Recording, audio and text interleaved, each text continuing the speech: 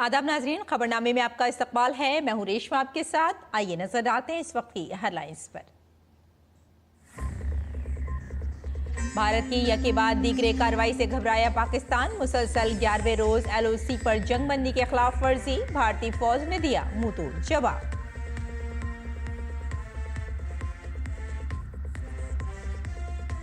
वक्फ तरमीमी bill पर supreme court में आज फिर समाअत। मरकज ने 25 अप्रैल को हलफनामा दाखिल कर कानून को बताया पूरी तरह से आईनी।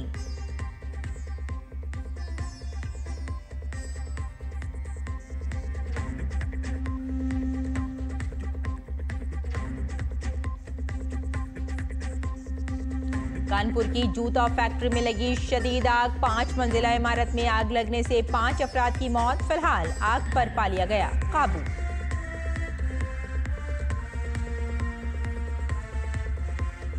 गैर मुल्की सिनेमा पर ट्रंप का टैरिफ स्ट्राइक। अमेरिका से बाहर बनने वाले फिल्मों पर लगाया 100% टैक्स।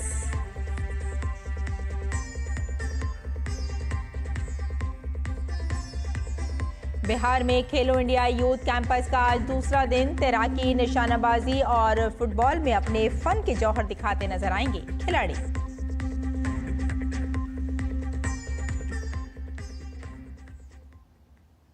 और आइए अब खबरों पर डालते हैं तफसील से नजर। पाकिस्तान भारत की कार्रवाई से खौफजदा है। अपना गुस्सा निकालने के लिए वो LOC पर जंगबंदी की मुसलसल खिलाफ वर्जी कर रहा है।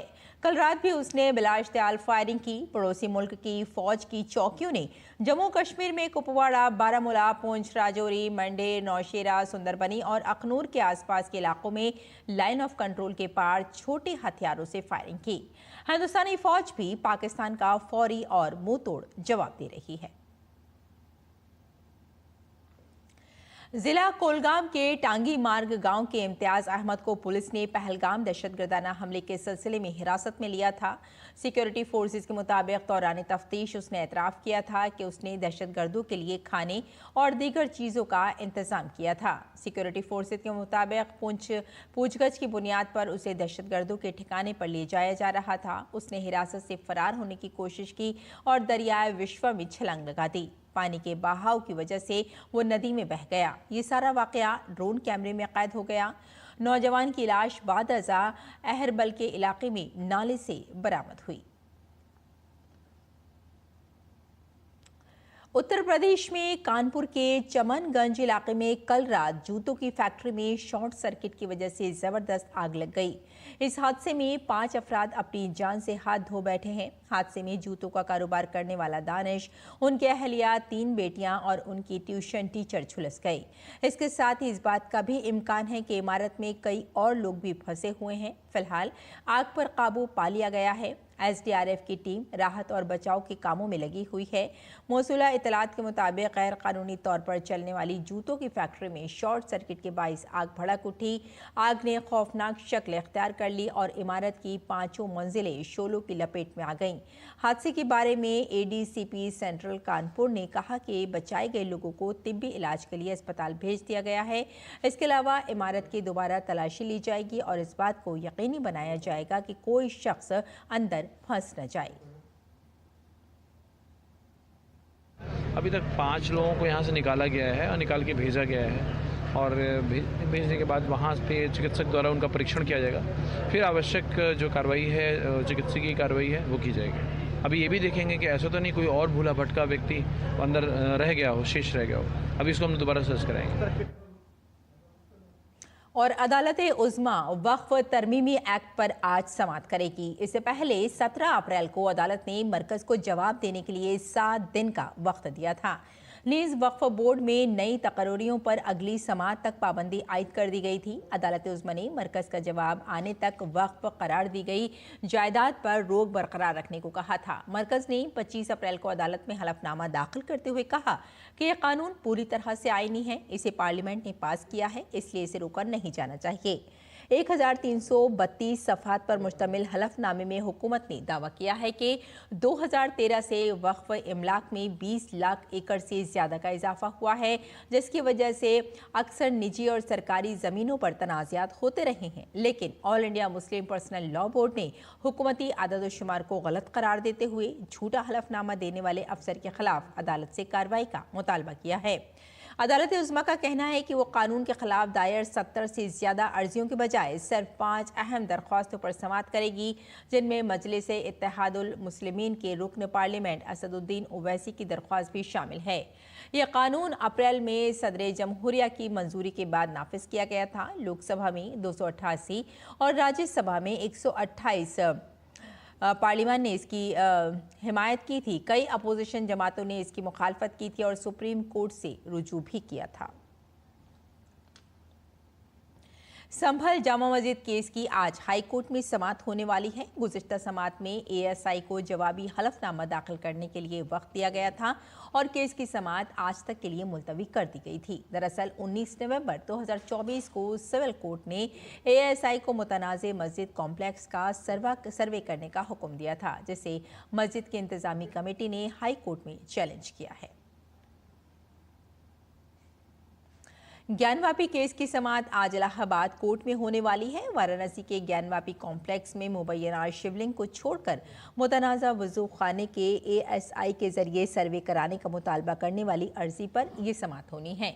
जस्टिस रोहित रंजन अग्रवाल की सिंगल बेंच केस की समाअत कर रही है। दरहकीकत श्रृंगार गौरी केस की अहम अर्जी गुजार राखी सिंह ने इलाहाबाद हाई कोर्ट में एक सिविल नजरसानी अर्जी दायर की है। मरकजी वजीर खजाना निर्मला सीतारमण एशियाई डेवलपमेंट बैंक के बोर्ड ऑफ गवर्नर्स की 98वीं सालाना मीटिंग में शिरकत के लिए इटली के मिलान में हैं। वो इस मीटिंग में भारतीय वफ्द की क़यादत करेंगी, जो 7 मई तक जारी रहेगी। मीटिंग में एडीबी, बोर्ड ऑफ गवर्नर्स के सरकारी वफूद, एडीबी मेंबरान के सरकारी वफूद और बैनुल-अक़वामी मालियाती इदारे शिरकत करेंगी। इस दौरे के दौरान मरकजी वजीर खजाना इटली, जापान और भूटान के वज़राए ख़जाने के साथ साथ दीगर बैनुल-अक़वामी तंजीमों के सरबराहान से भी 2 तरफ़ा मुलाकातें करेंगी।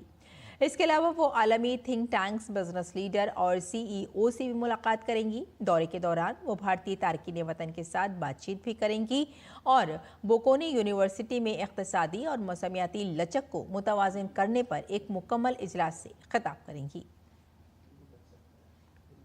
वज़ीर दिफा राजनाथ सिंह आज नई दिल्ली में जापान के वज़ीर दिफा जनरल नकातानी के साथ 2 तरफ़ा मीटिंग करेंगे। दोनों फ़रीक़ैन मौजूदा इलाक़ाई और बैनुल-अक़वामी सलामती की सूरत हाल का जायज़ा लेने के साथ साथ 2 तरफ़ा दिफाई ताउन को मज़ीद मजबूत बनाने पर तबादला ख्याल करेंगे।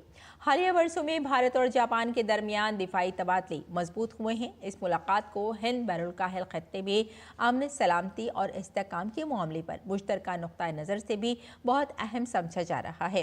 काबिल ज़िक्र है कि नवंबर 2024 में लाओस पीडीआर में आसियान वज़राए दिफा की मीटिंग के 6 माह के अंदर दोनों वज़राए दिफा के दरमियान ये दूसरी मुलाकात है। नायब सदर जमहूरिया जगदीप धनखड़ आज कर्नाटक के दौरे पर होंगे। इस दौरान वो रियासत के कन्नड़ जिले के सिरसी में वाक़ई फॉरेस्ट्री कॉलेज का दौरा करेंगी। वो कॉलेज में असातिज़ा और तलबा की रहनुमाई करेंगे। वेव्स 2025 का पहला एडिशन इतवार को मुंबई में इख्तिताम पसीर हुआ। इसमें मारूफ फनकारों और बाअसर मवाद के तख्लीक़कारों से लेकर टेक्नोलॉजी के इख्तराकारों और कॉरपोरेट लीडरों तक सनत के हर शोबे की शिरकत नुमाया थी। इस तकरीब ने भारत को एक उभरते हुए आलमी मीडिया और तफरीही सुपर पावर के तौर पर दिखाया। वज़ीर आज़म नरेंद्र मोदी ने वेव्स समिट के इफ्तिताह के मौके पर नौजवानों से इस तख्लीक़ी इक़दाम की क़यादत करने और भारत को आलमी तख्लीक़ी मरकज़ बनाने की अपील की थी। कॉन्फ्रेंस में 4 रोज़ा वेव समिट में मुकालमे और ताउन का एक अहम मरकज़ थी, जिसमें दुनिया भर से मुफक्करीन, पॉलिसी साजों और पेशेवर अफराद ने शिरकत की। वेव समिट के दौरान 100 से ज़ायद बैनुल-अक़वामी मुक़र्ररीन ने 140 सेशन में शिरकत की। अहम इजलासों में 50 से ज़्यादा कलीदी तकरीरें की गईं।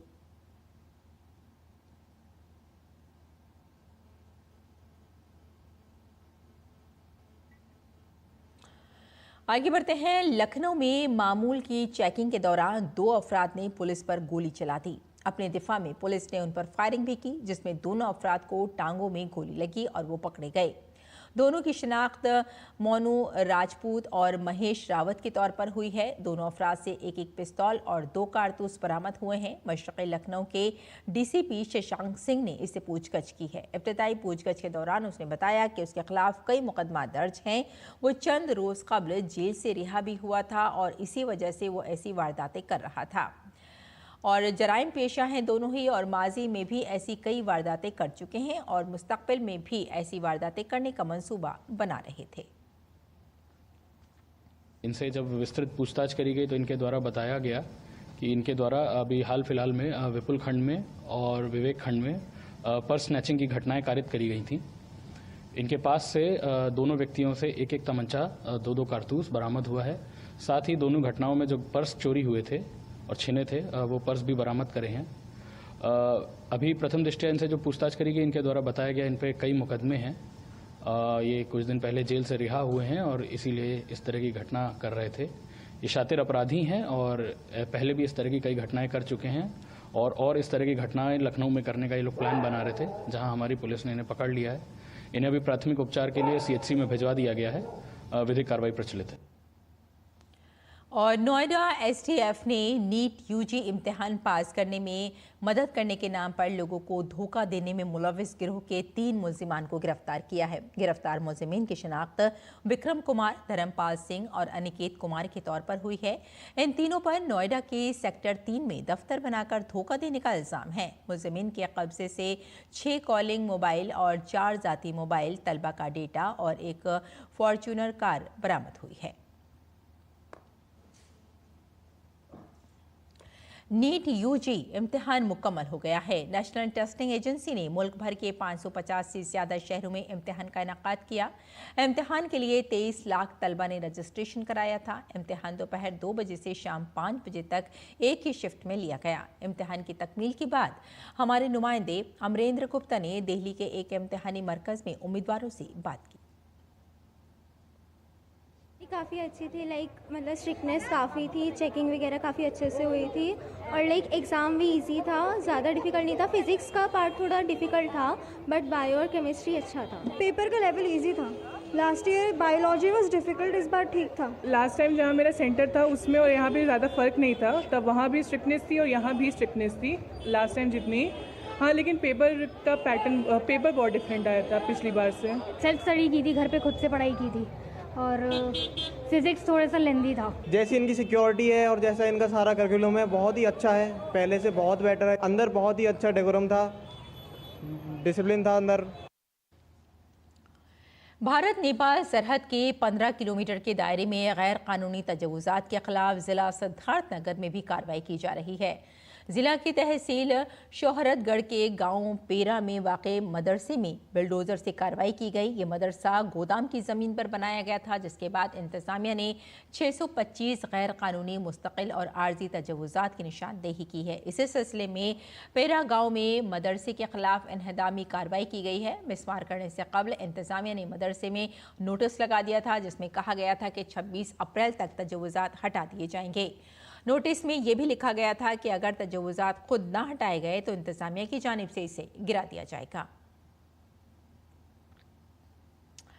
और उत्तर प्रदेश में योगी हुकूमत गैर कानूनी मजहबी मकामात और तालीमी इदारों की मुसलसल जांच कर रही है। इसी सिलसिले में श्रावस्ती ज़िले के अकोना गांव में जामिया नूरिया फातिमा ललबनात नामी एक मदरसा गैर मुल्की फंडिंग से चल रहा था। इस मदरसे में 300 से ज़ायद लड़कियों को गैर कानूनी तौर पर मजहबी तालीम दी जा रही थी। ज़िला इंतज़ामिया की तहक़ीक़ात में पता चला कि मदरसा गैर मुल्की फंडिंग से बनाया गया था। इस मदरसे में तालीम और दीगर सरगर्मियाँ भी गैर मुल्की फंडिंग से हो रही थी।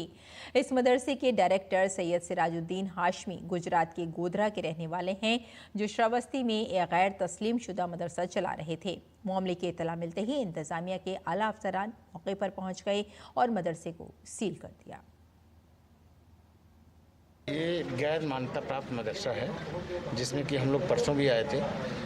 तो पेपर में भी इसमें काफ़ी जो है प्रकाशित किया गया, जिसके संबंध में डीएम साहब द्वारा स्वयं संज्ञान लिया गया और उनकी उपस्थिति में आज ये सीलिंग की कार्रवाई की गई। सीलिंग की कार्रवाई करा दी गई है, बेदखली की कार्रवाई की जा रही है।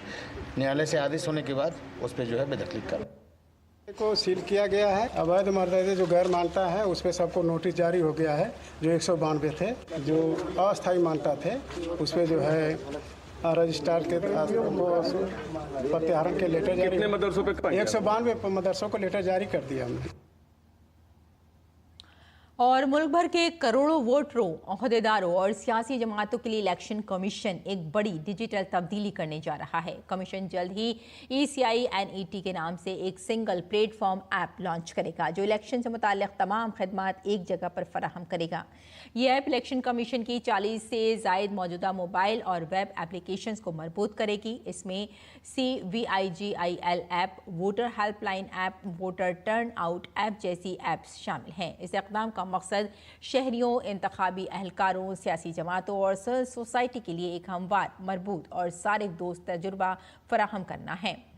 इलेक्शन कमीशन का कहना है कि ये platform chief election commissioner Gyanesh Kumar की सोच का नतीजा है। इस प्लेटफॉर्म से 100 करोड़ से ज़्यादा वोटरों और 10.5 लाख से ज़्यादा BLOs, 15 lakh BLA, 45 lakh polling अफसरान, 15,597 AERO, 4,123 ERO और 767 DEOs को फ़ायदा पहुँचेगा। आगे बढ़ते हैं। मुल्क की कई रियासतों में मौसम मुसलसल बदल रहा है। कई रियासतों में हल्की से भारी बारिश हो रही है। महकमा मौसमियात के मुताबिक आज दिल्ली, उत्तर प्रदेश, हरियाणा और पंजाब में धूल भरी आंधी और हल्की बारिश हो सकती है। दरियासना महकमा मौसमियात ने 6 मई तक मशरक़ी और वस्ती भारत में तेज़ हवाओं और गरज चमक के साथ बारिश की पेशगोई की है। अगले 4 से 5 दिनों तक शुमाल मगरबी भारत में तेज़ हवाओं, जालाबारी और गरज चमक के साथ बारिश का इम्कान है, जिसके हवाले से महकमा मौसमियात ने अलर्ट जारी कर दिया है। इसके साथ ही आज बिहार, झारखंड, उड़ीसा, मगरबी बंगाल और सिक्किम में भी तेज़ हवाओं और गरज चमक के साथ बारिश की तवक्को है, जबकि जनूबी भारत की रियासतों कर्नाटक, आंध्र प्रदेश, तेलंगाना, केरल, तमिलनाडु, पुडुचेरी और आसपास के इलाकों में अगले 7 दिनों तक गरज चमक के साथ बारिश की पेशगोई की गई है।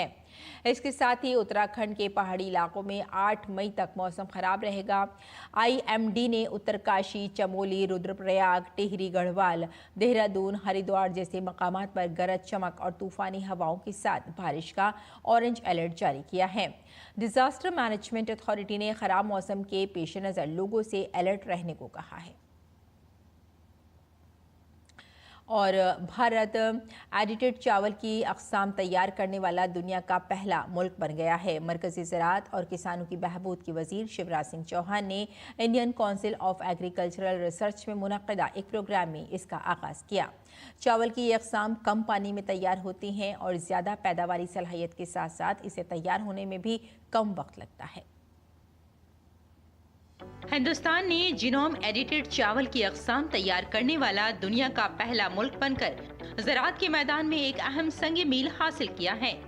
ज़राअत, किसानों की बहबूद और देही तरक्की के मरकजी वजीर शिवराज सिंह चौहान ने मुल्क में तैयार की गई दुनिया की पहली 2 जीनोम एडिटेड चावल की अक़साम का आगाज किया और साइंसी तहक़ीक़ की सिमत में इक़रार का आगाज किया। इस मौके पर मरकजी वजीर शिवराज सिंह चौहान ने दोनों अक़साम की तहक़ीक़ में ताउन करने वाले साइंसदानों को भी एजाज़ से नवाजा। उन्होंने कहा कि आने वाले वक्तों में हमें खुराक की हिफाजत को यकीनी बनाने, ग़िज़ाइयत से भरपूर पैदावार में इजाफा और मुल्क के साथ साथ दुनिया के लिए ग़िज़ाई अजनास का इंतज़ाम करके हिंदुस्तान को फूड बास्केट बनाने के मकसद के साथ काम करना होगा।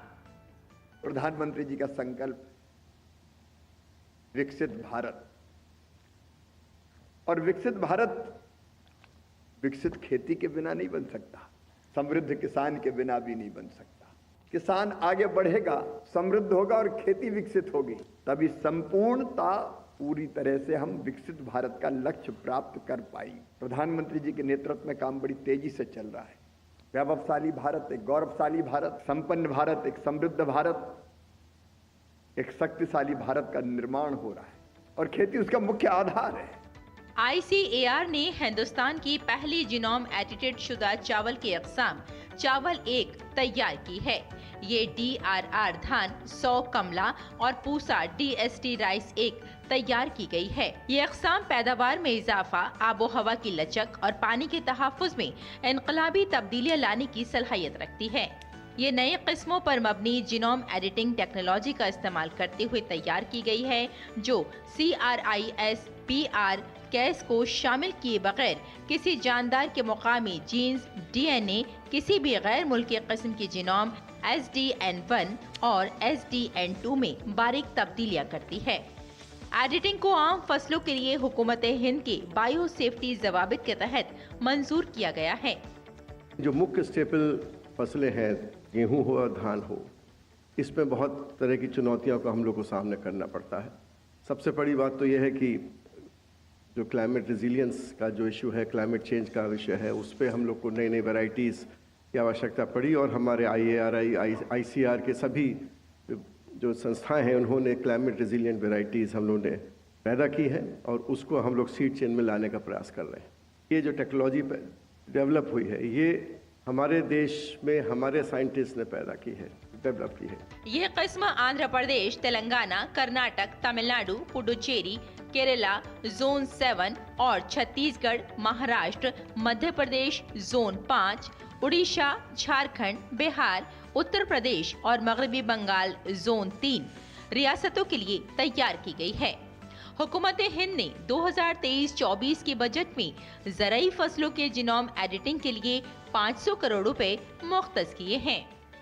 यह वैज्ञानिकों की कड़ी मेहनत का परिणाम है कि भारत ने दुनिया में पहली बार इस तरीके की सफलता हासिल की है और भारत दुनिया में पहला ऐसा देश बन गया है जिसने चावल की 2 किस्मों की जीनोम एडिटिंग करके उन्हें और उन्नत बनाया है।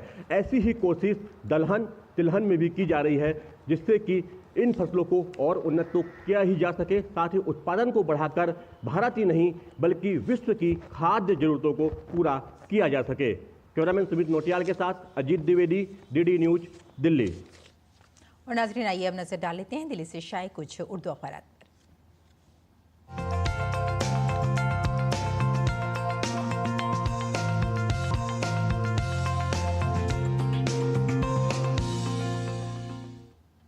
तो नाज़रीन, अखबारात के जायजे में सबसे पहले बात आइए कर लेते हैं रोजनामा राष्ट्रीय सहारा की सफ़े अव्वल की सुर्खी है कि पाकिस्तान को एक और धचका, बाघार बांध से चनाब का पानी रोक दिया गया। जी हाँ, पहलगाम दहशतगर्दाना हमले के बाद भारत ने कुछ फैसले लिए हैं और उसी की वजह से चनाब का पानी भी रोक दिया गया और किशनगंगा बांध पर भी इस तरह के फैसले पर गौर किया जा रहा है। आला सतही मीटिंगों का सिलसिला भी जारी है और air chief marshal Amarpreet Singh की वज़ीर आज़म मोदी से मुलाकात और कई अहम मुद्दों पर तबादला ख्याल किया गया।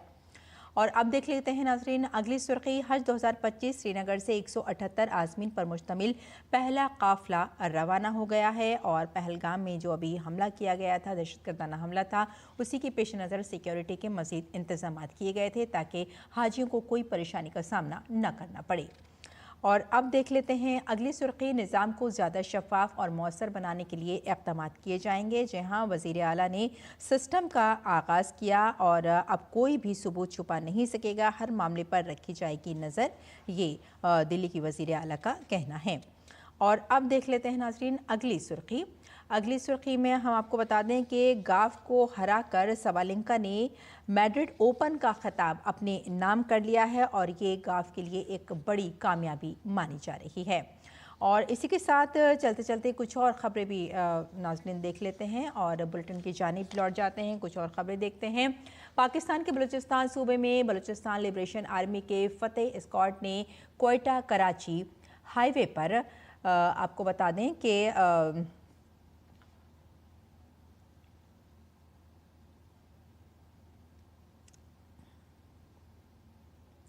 जी हाँ, हाईवे को बंद करके गाड़ियों की तलाशी ली। उनमें मुसाफिर गाड़ियों में शामिल थीं और BLA के अराकीन ने कलात के मोंगू 4 बाजार में दाखिल होकर कई सरकारी इमारतों में तोड़फोड़ की और इसे आग के हवाले कर दिया।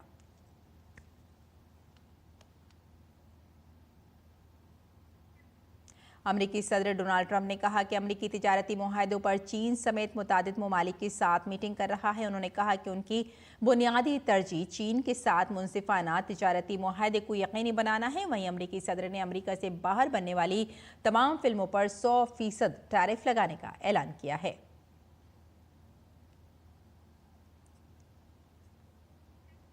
इसराइली फ़ौज और मुकामी अफसरों के मुताबिक यमन के हौसियों ने इसराइल के गोरियन बैनुल-अक़वामी हवाई अड्डे पर मिसाइल से हमला किया, जिसमें कम से कम 8 अफराद ज़ख्मी हुए हैं। हमले से एयरपोर्ट को काफ़ी नुकसान हुआ है।